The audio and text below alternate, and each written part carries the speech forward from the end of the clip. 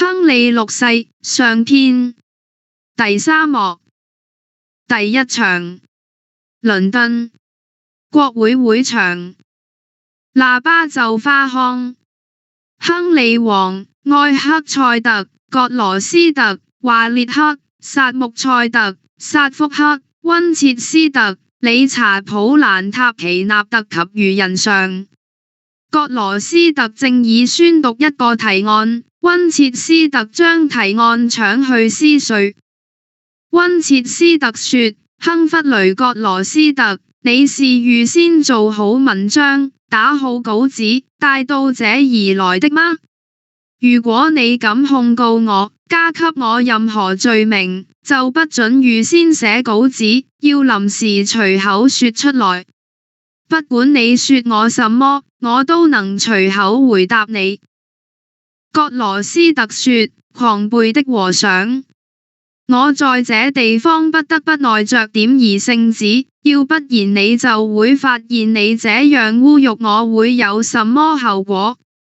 不要以為我用書面列舉你極惡的罪名就是出於捏造，也不要以為我筆底下寫出的東西，我口裏就背不出來。主教，你錯了，你是如此罪惡囂張，荒淫無恥，連3歲孩子也說你這人是惹不得的。你重利盤剝，剛愎自用，擾亂治安，你淫亂荒唐，辱沒了你在教會中竊據的高位。至於你的陰險奸詐，那更是一望而知的。你在倫敦橋上和倫敦塔裏3番5次地想謀害我的性命。這還不算，如果把你心裏想的攤出來看看，只怕你那越來越大的野心是連皇上你也不肯饒過的。溫切斯特說：葛羅斯特，我說你是滿口胡言。眾位大人，請容許我對他的控訴進行答辯。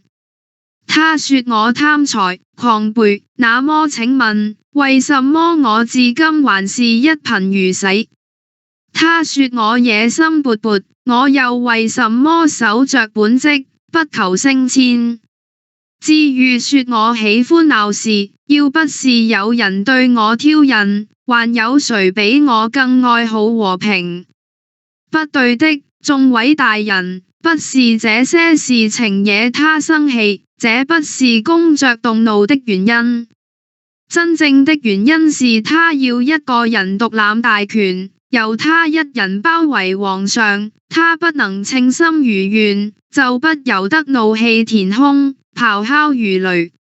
但他應該知道我是一個號。葛羅斯特說：號個鬼！你不過是我祖父的一個私生子罷了。溫切斯特說：大人，你又是個什麼呢？我請問。不過是個依仗別人的皇位，狐假虎威的角色罷了。葛羅斯特說：難道我不是護國公嗎？刁鑽的和尚。溫切斯特說：難道我不是教會裏的一位主教嗎？葛羅斯特說：是啊，你躲在教會裏，好比是強盜躲在城堡裏，只是為了便於掩護他的賊贓。溫切斯特說：不敬畏上帝的葛羅斯特喲。葛羅斯特說：你也不過在職務上敬畏上帝，你在私生活上何嘗敬畏上帝？溫切斯特說：我要向羅馬申訴的。華列克說：那麼你就騎着驢馬去吧。薩穆塞特說：大人，你該容忍一點才是。華列克說：是啊，不能叫主教過於難堪。薩穆塞特說：我想你爵爺應該有點宗教意識，知道怎樣對待教會裏有職位的人。華列克說：我想咱們的主教也該謙遜一些，這樣爭辯是有失身份的。薩穆塞特說：對那觸動他的聖職地位，他不得不爭。華列克說：什麼聖職不聖職，那有什麼關係？難道公爺不是皇上的護國公嗎？普蘭塔奇納特開括弧旁白閂括弧。我看我還是不開口的好，免得他們要說，小伙子，等你該說話的時候再說吧。我們爵爺們在談話，你能插嘴嗎？不然的話，我倒可以對準溫切斯特放一支冷箭。亨利王說：葛羅斯特叔父，溫切斯特叔公，你們都是我們英國的國家棟樑，我要懇求你們，如果懇求是有效的話，務必要和衷共濟，言歸於好才好。倘若兩位眾臣互相排擠，豈不是朝廷的恥辱？賢兄們，我雖然年事還輕，可我也知道，臣僚不和，好比是一條毒蛇，會把國家的心臟給啃掉的。內喊聲打倒穿褐色號衣的野種們。亨利王說：這是什麼人在起哄？華列克說：我敢保證，這一定是主教手下的人，全心在鬧事。內喊聲又起，扔石頭啊，扔石頭啊！倫敦市長率隨員上。市長說：列位大人，吾皇陛下，可憐可憐倫敦市吧，可憐可憐我們吧！主教和葛羅斯特公爵的手下人成群結隊地打起架來啦！我曾禁止他們攜帶武器，他們就在衣袋裏裝滿石子，用石子投擊對方。已經有好些人的腦漿被砸出來了，每條街上的門窗都打壞了，鋪子都嚇得關了門啦。雙方的親兵們上彼此混戰，打得頭破血流。亨利王說：你們既是我的忠信臣民，我命令你們立即住手，維持秩序。葛羅斯特叔父，請你制止這場紛爭。親兵甲說：不行，要是不准我們扔石頭，我們就用牙咬。親兵乙說：你愛怎麼幹就怎麼幹，我們也不含糊。開括弧混戰又起。閂括弧葛羅斯特說：我方的弟兄們，別再鬧了，不要再械鬥了。親兵丙說：大人，我們知道你是一個公正正直的人，除了皇上陛下，你的身份最高貴。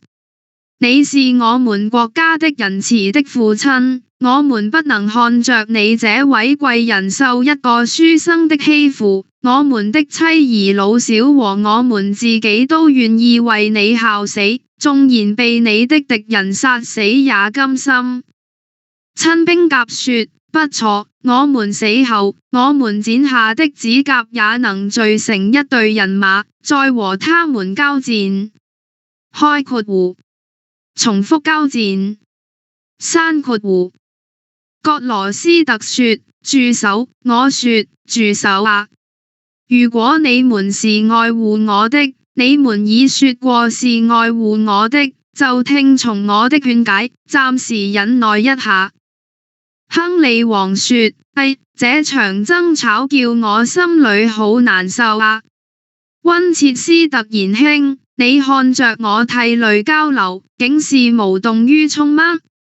如果你沒有惻隱之心，誰還有惻隱之心？如果供奉聖職的人愛爭吵，還能教誰督愛和平？華列克說：讓步吧，護國公大人，讓步吧，溫切斯特主教。難道你們要固執到底，逼死你們的皇上，摧毀你們的國家嗎？你們看，由於你們兩人互相仇視，已經釀成慘禍了。除非你們居心要想流血，就言歸於好吧。溫切斯特說，叫他先認錯，否則我決不退讓。葛羅斯特說，看在皇上的份上，我只得屈從，否則我要挖出那和尚的心肝，也不能讓他佔我的上風。華列克說，溫切斯特主教，你看，公爺的怒火已經平息了，從他舒展的眉宇間可以看出來，你為什麼還這樣劍拔弩張呢？葛羅斯特說，來吧，溫切斯特，我向你伸出和解的手來。亨利王說，呸，波福叔公，我聽你講道時曾說過，害人之心是極惡的大罪。難道你言行不一，首先違反你自己的訓示嗎？華列克說，皇上說得真好。主教碰了一個軟釘子啦。溫切斯特主教大人，不怕難為情嗎？寬容點吧。嘻嘻，你要讓一個孩子教導你怎樣做人嗎？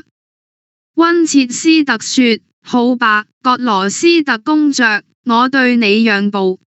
我用好意回敬你的好意，我伸出手來回敬你伸出的手。葛羅斯特，開括弧，旁白，閂括弧。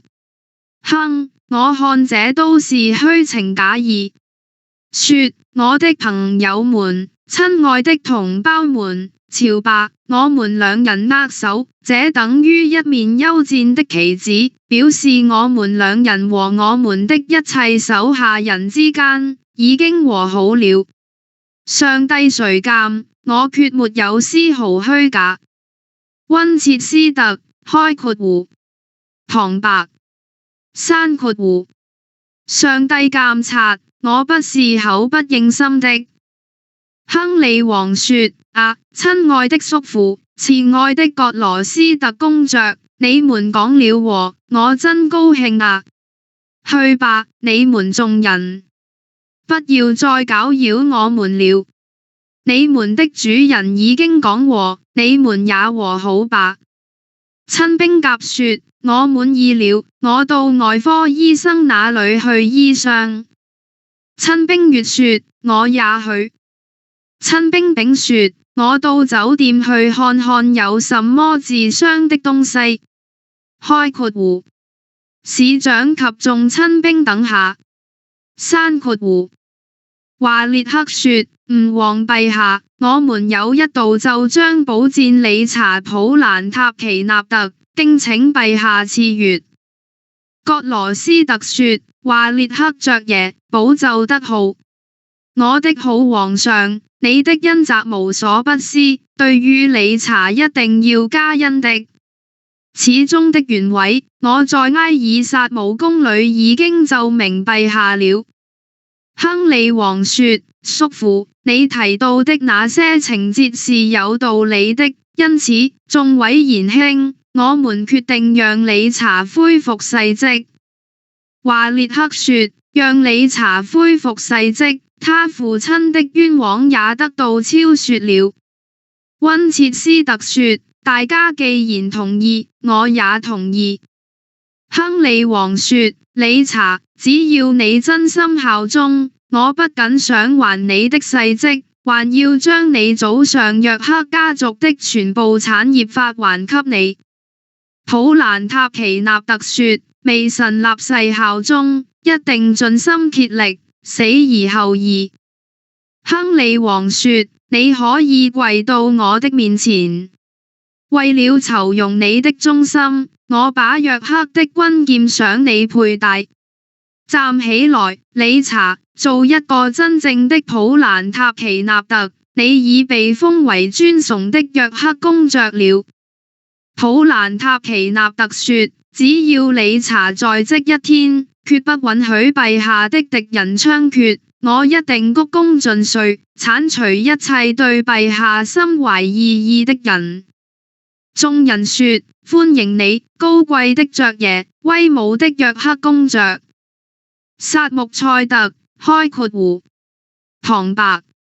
山括弧死亡吧，卑鄙的爵爺，下賤的約克公爵。葛羅斯特說，現在一切很好，就請吾皇陛下到海盜法蘭西，在那裏舉行加冕大典吧。國王臨幸的地方，足以激發他的臣民和忠實朋友的愛戴之心，使他的敵人氣餒。亨利王說，凡是葛羅斯特叔父說的，本王無不照辦，因為忠準之言，可以消除許多隱患。葛羅斯特說，陛下的坐船已經準備好了。開括弧內奏樂，喇叭奏花腔，除愛克塞特外，餘人俱下。山括弧愛克塞特說，我們儘管在英格蘭或在法蘭西耀武揚威，可是誰能預料大局怎樣變化？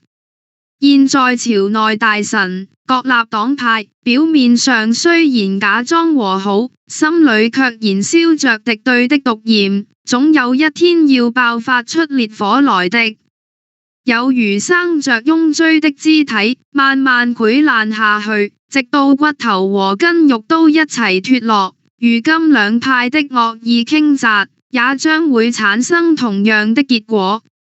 只怕當年亨利五世在位時的一句童謠現在要應驗了。那童謠說，出生在蒙牧師的亨利贏得一切，出生在溫莎的亨利毫無所得。這苗頭是越來越明顯了，我但願在那不幸的日子到來之前，我的壽命已經結束了才好。開括弧下山括弧第二場，法國盧昂城前，貞德化妝上，兵士們化妝成農民，背麻袋隨在後面。貞德說，前面已經是盧昂的城門了，我們現在要用計拿下這座城。你們行動要小心，說話要謹慎。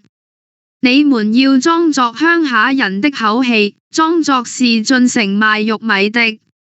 如果我們運進了城，我想我們是能運進去的。要是這些懶散的守兵們防衛不嚴，我就用暗號通知我們那邊的人，請查理太子來攻城。兵士甲說，我們背的是麻袋，我們就用它把這座城裝起來。我們又將是盧昂的主人啦。現在就敲門吧。開括弧敲門山括弧守兵開括弧內白山括弧是誰？貞德說，是老百姓，法蘭西的窮苦老百姓。我們是到城裏趕集賣玉米的。守兵開括弧開城山括弧說，進來進來吧，閘上的鐘聲已經響了。貞德說，嘿，盧昂，你的防禦要被我摧毀了。開括弧貞德等入城山括弧查理、奧爾良庶子、亞朗從率軍隊上。查理說，願聖鄧尼斯保佑我們妙計成功，我們又可以在盧昂城裏高枕無憂了。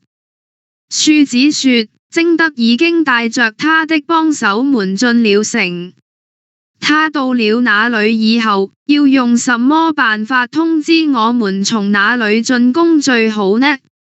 亞朗從說，他約好在城樓上舉起一把火炬，一見火炬，就可以明白他的意思是，他進去的那個城門是全城防禦最弱之處。貞德登上城頭，高舉火炬。貞德說，瞧，這是一把幸福的結婚火炬，他把盧昂和他的同胞們結合起來，他把塔爾博的黨徒燒得片甲不留。開括弧下閂括弧。庶子說：看那尊貴的查理殿下，我們的朋友已經把火炬插上城樓啦。查理說：讓這火炬像復仇的彗星一樣散發光輝吧，讓它預兆我們敵人的全部崩潰吧。亞朗松說：不能耽擱了，千然會誤事的。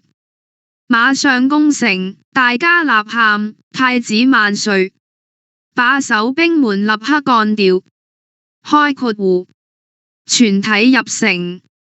閂括弧鼓角聲。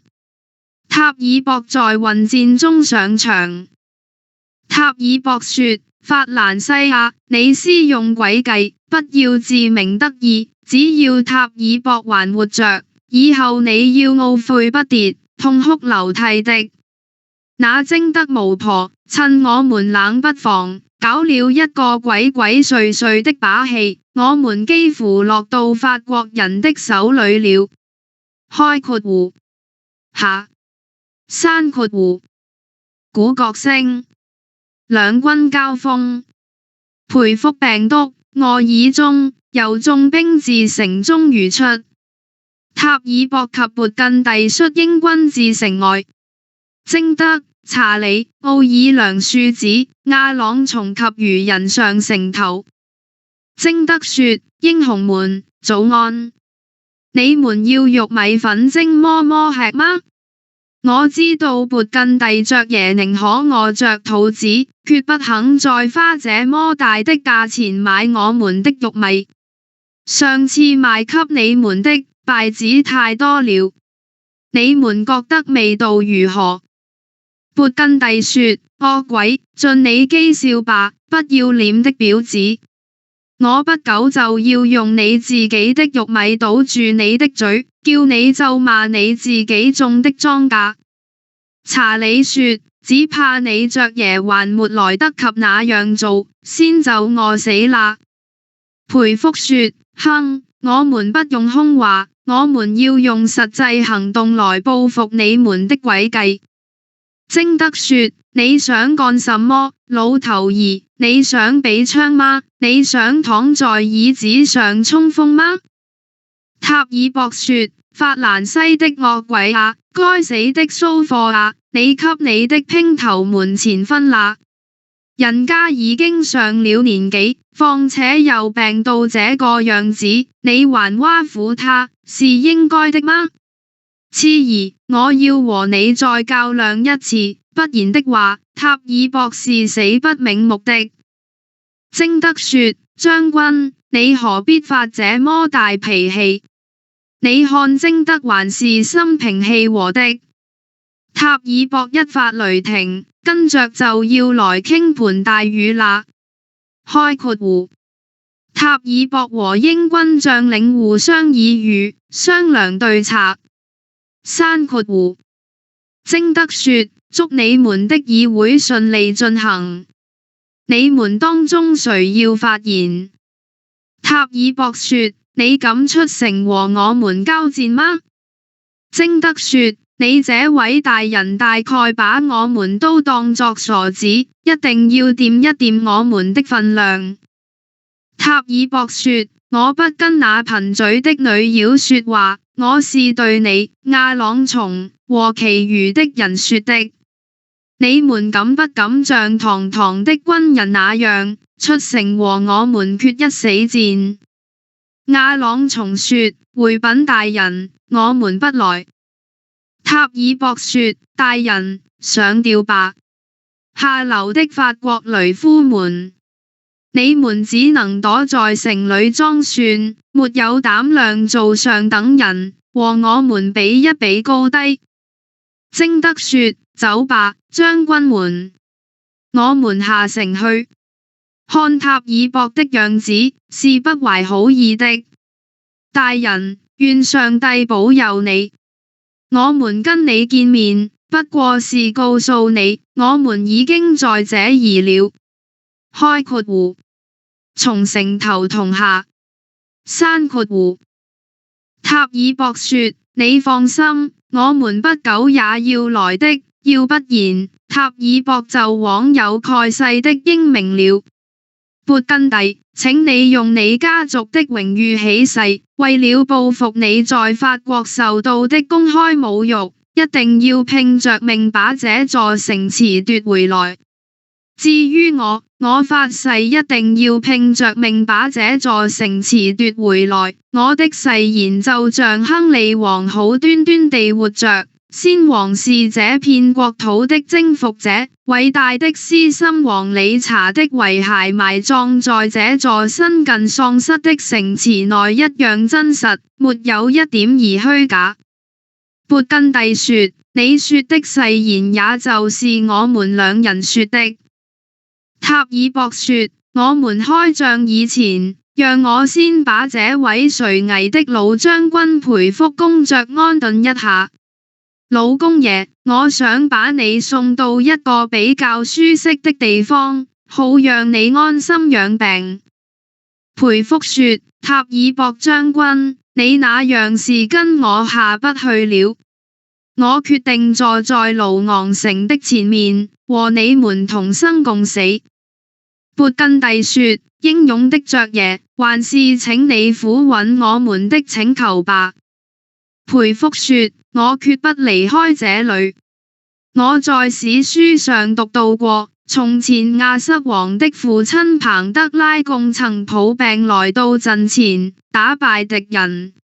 我想我平日和士兵們情同骨肉，我留在這裏，一定能鼓舞士氣。塔爾博說：好一位視死如歸的老英雄，就這麼辦吧。願上天保佑培福爵爺平安無事。勇敢的勃艮第將軍，現在沒有別的，馬上集合隊伍，發動進攻。開括弧，指培福及騎士從留在場上，如人同下。閂括弧，鼓角聲。兩軍混戰。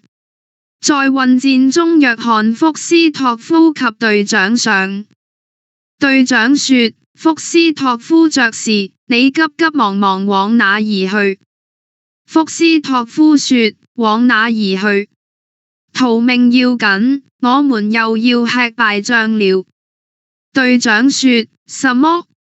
你想逃？撇下塔爾博爵爺不管。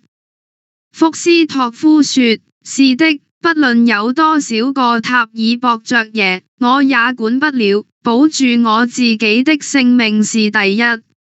開括弧下。閂括弧。隊長說：膽小的騎士惡，但願你到處碰壁。開括弧下。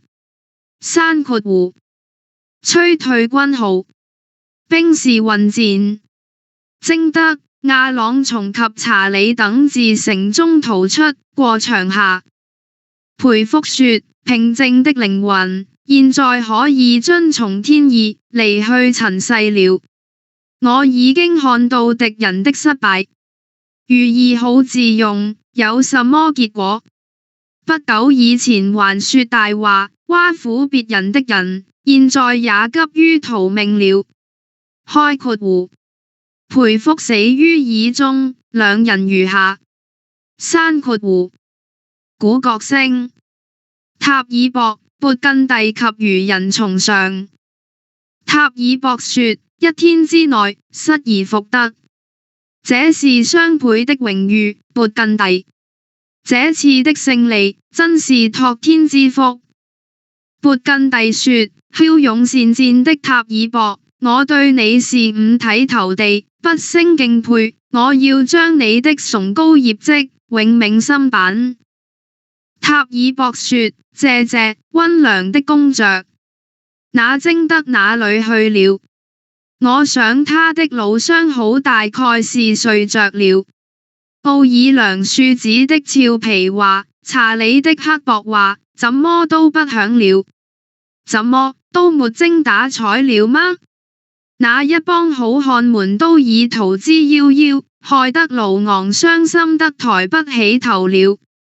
現在我們留下幾名幹練的官員，把城裏的秩序整頓一下，隨後就前往巴黎去見皇上，因為我們的幼主和他的廷臣們都已駐紮在那裏了。勃艮第說，塔爾博爵爺怎麼說，就怎麼辦。塔爾博說，不過在我們動身以前，不要忘了新近逝世的培福公爵，我們得把他的喪禮在盧昂舉行。他生前確是一位傑出的軍人，一位心地和善的大臣，可是王侯將相總不免一死，悲慘的人生總是如此結局的麼？開括弧同下刪括弧第三場同前盧昂附近平原查理奧爾良庶子亞朗松征德率隊伍上。征德說，兵家偶然勝敗，不足掛懷。眾位貴人不必因為盧昂一城的得失就心灰意冷。對於已成之局徒然悲傷，非但無益，而且有損。別看狂妄的塔爾博暫時趾高氣揚，像一隻孔雀搖晃着尾巴，我們不久就要拔掉他的羽毛，剪除他的羽翼。只要太子和諸公慎重將士，定能成功。查理說，我們一向都是依從賢兄的策劃的，你足智多謀，我們完全信賴，決不因為一次失利就有所懷疑。庶子說，請你再定下巧計，我們一定使你名揚天下。亞朗松說，我們要選一處俗塵不染的地方，為你建立雕像，把你當作一位聖賢，向你膜拜頂禮。賢德的貞女，望你為我們多多造福。征德說，既蒙列位大人諄諄囑託，我自當竭力效勞。有一計策在此，不知是否符合專意。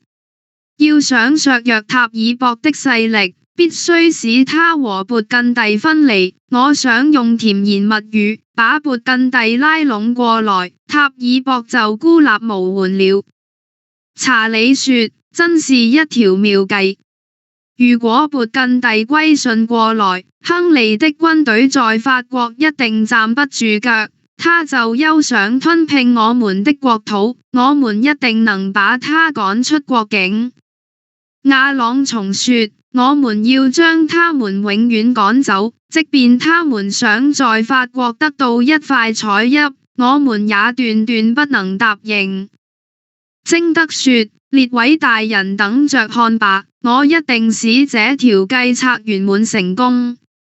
開括弧遠處鼓聲刪括弧聽，從這鼓聲裏可以聽得出英國軍隊是向巴黎進發。內吹英軍進軍號，塔爾博率隊上，在遠處繞牆下。征德說，塔爾博走過去了，那是他的軍旗在飄揚，後面走的是他全部的英國軍隊。內吹法國進軍號，勃艮第率隊上。征德說，這後面的隊伍是勃艮第和他的部屬，他的隊伍落在後邊，真是天假奇變。趕快吹起召開談判的號音，我們要和他會談。開括弧內吹召開談判的號音刪括弧查理說，我們要求和勃艮第公爵會談。勃艮第說，誰要和我會談？征德說，是法國查理太子，你的同胞。勃艮第說，查理，你有什麼話要說？我要向別處出發了。查理說，征德，你說啊，快用言語打動他。征德說，英勇的勃艮第將軍，法蘭西的救星喲。請你暫停一會兒，容許你的卑微的侍婢向你說幾句話。勃艮第說，有話快說，不要過於水刀。貞德說，請你看看你的祖國，看看富饒的法蘭西，這許多名城大邑，被殘暴的敵人踐踏到什麼地步了？你好比是一位母親，眼見自己的無辜的嬰兒，命在旦夕，不久即將合上幼嫩的眼睛，你心裏不覺得難過嗎？你看，顛連困苦的法蘭西，現在已經遍體鱗傷，最可嘆的是，這些創傷，有許多是你親手造成的。倒轉你的矛頭吧！你要分清敵我，不要把親人當作仇人啊！從祖國胸懷刺出的一滴血，會比千萬個外國人的血流成河，更使人觸目驚心。回到祖國懷抱裏來吧，用你如同湧泉一般的淚水，洗淨祖國身上的污痕吧。勃艮第說，我是怎麼的？是他這番話使我着了魔嗎？還是我的愛國天性使我動搖了呢？貞德說，我還要告訴你，整個法蘭西，全體法國人民，都在奇怪，你到底是哪一國的人？你甘心為他服務的那個國家，無非是利用你來增進他的利益，他卻對你毫無信任之心。現在塔爾博把你當作逞凶的工具，可是一旦他在法國立定腳跟，法國成為英皇亨利的天下，他就會把你一腳踢出去的。我提醒你一件事，這裝是可以證明我的話。那奧爾良公爵不是你的仇人嗎？他原先不是被英國人拘禁着的嗎？可是英國人一聽說他是你的仇人，就立即將他釋放，連贖金都不要，這不是有心對你和你的朋友過不去嗎？想一想吧，你何苦自絕於祖國，反替異族效勞？只怕有一天了進宮床，你自己也不免受他人宰割。來吧，歸來吧！迷途的將軍，急速歸來！查理太子和所有的法國官兵都等候着和你擁抱呢。勃艮第說，我被征服了。他這些義正辭嚴的話攻進我的心坎，比強烈的炮火更加厲害，使我幾乎要匍匐在地了。祖國啊，親愛的同胞啊，寬恕我吧，列位大人，接受我的衷心擁抱吧。我率領全部軍隊聽候你們指揮。再會，塔爾博，我不再信賴你了。貞德說，真像一個法國人幹的，今天吃東家，明天吃西家，說變卦就變卦。查理說，歡迎你，勇敢的公爵。你的友誼給我們以極大鼓舞。庶子說，使我們的心頭平添了一股勇氣。亞朗松說，這件事貞德辦得真出色，若是賜給他一頂金冠，他也可受之無愧。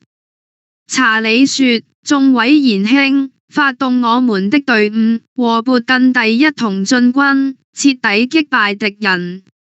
開括弧同下刪括弧。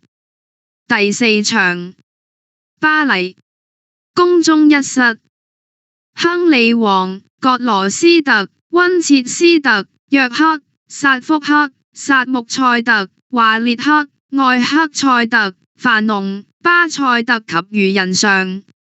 塔爾博率兵士來見。塔爾博說，吾皇陛下，列位大人，我聽到你來到這裏的消息，就把戰事暫時停止，特地起來向陛下致敬。我曾用這條臂膊替吳王克服了50座城堡、12個城市、7處堅強的城池，還俘獲了500名高級將領。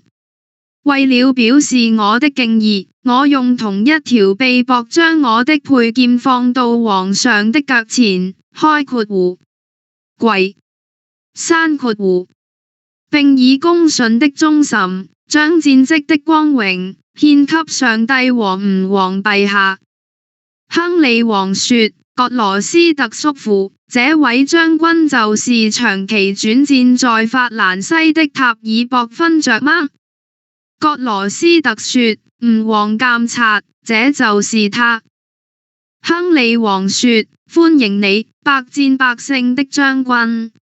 我現在還年輕，但我從小就聽我父王說你是一員超群絕倫的名將。近年來，我們更確實知道你是赤誠衛國，勞苦功高。只因迄今尚未和你見面，未能給你以應得的封賞。現在請你站起來，為了酬庸你的功績，特封你為索魯斯伯雷伯爵，並准你參加我的加冕典禮。開括弧，喇叭奏花腔，隨樊農及巴塞特外驅下。閂括弧，樊農說：我對你說，你在渡海的時候對我那樣無禮，竟敢糟蹋我為表示對約克公爵的敬意而佩戴的花朵。你那時說過的話，現在還敢堅持嗎？巴塞特說：當然堅持。你那天用你雕滑的舌頭，說了我的主人薩穆塞特爵爺許多壞話。你不改口，我為什麼要改口？樊農說：你的東家是個什麼樣的人，我就按照什麼樣子對待他。巴塞特說：你說他是什麼樣的人？我東家總不見得比不上約克。樊農說：你聽着，我說他比不上。為了證明我的話，叫你吃一拳。開括弧，打巴塞特。閂括弧，巴塞特說：混帳東西，你知道宮廷裏的規矩，不准比劍，違者立即處死，不然的話，我一劍就砍出你的血來。我要去見皇上，請他批准我說此的權利，到那時我們再碰頭，叫你知道我的厲害。樊農說：好吧，惡棍，我也去見皇上，以後要碰頭，我比你更早到。開括弧，閣下。閂括弧。